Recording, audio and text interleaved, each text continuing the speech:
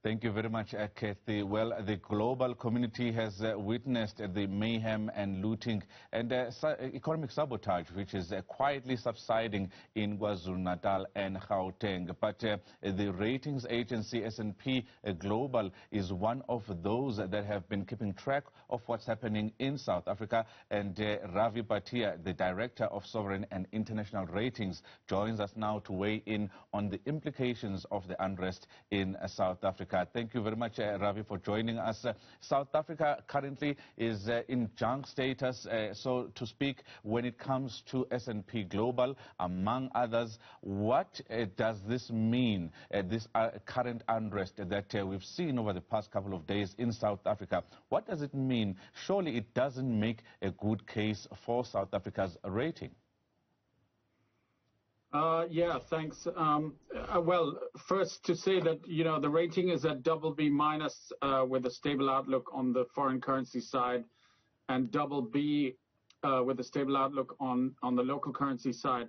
So, I mean, that's a fairly high sub-investment grade rating as it stands right now.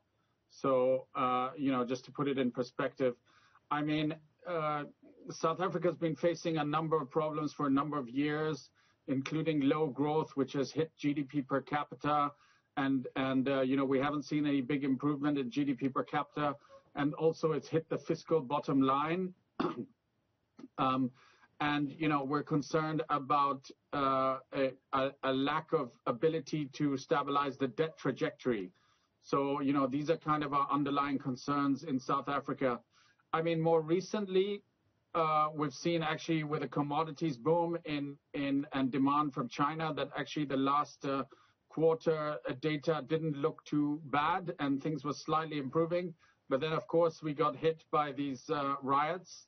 I mean, I guess the main thing around the riots is the question whether they're transitory and short-term in nature and going to get under control, or this is leading to some sort of more prolonged case. I mean, there is big inequality in South Africa and high unemployment. So the question is this going to be prolonged? But for now, we think it's likely to be transitory.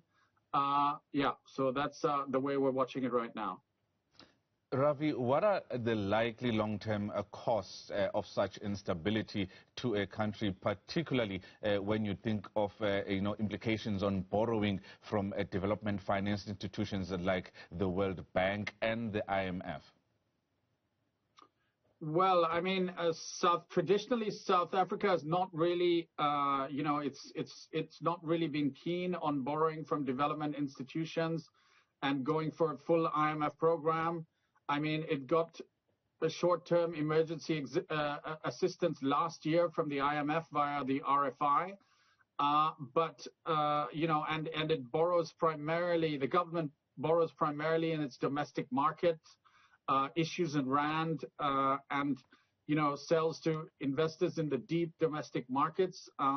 Foreign portfolio investors come into South Africa to buy government treasuries. But they do this, again, in the rand market, they enter and they exit. So, there's been a reluctance on going for development institutional finance and all the conditionalities tied to a potential IMF program. But indeed, I mean, overall, this episode, does not bode well for the investment climate. We had seen somewhat of an improvement in terms of slightly better growth, as I said, tied to better commodity forecasts. But this points to the concerns that lots of investors had around potential instability in South Africa. We've seen a bit of it. Again, to stress, the question is it transitory? Is it going to be short-lived, or is it going to be spark some sort of more bigger and more long-term tension in the country? So that's one big concern. But certainly it doesn't bode well for the investment climate going forward. Before I let you go, Ravi, you've touched on this right now, and we remember that earlier this year, your organization said South Africa had one of the most miserable economies according to your misery index. This is because the domestic corporate sector has preferred over the past few years to invest abroad rather than domestically. You touched on this a little bit. Is this likely to drive out more investments out of the country? Well, look, I mean, it's really, investors are chasing growth and markets that grow, and where you get strong real GDP growth. And South Africa has under-delivered on this or delivered poorly on this for, the best part of a decade now. And that has hit per capita GDPs that have at best been stagnant or one could argue even been falling.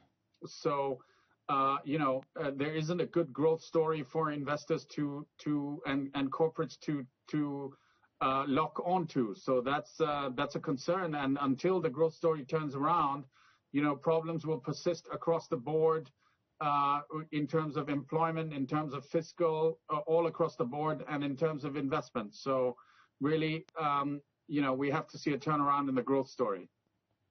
Mr. Ravi Bhatia, the Standard & Poor's Global Executive there for Sovereign and International Ratings, telling us that this unrest is not boding well for South Africa's investment case. Well,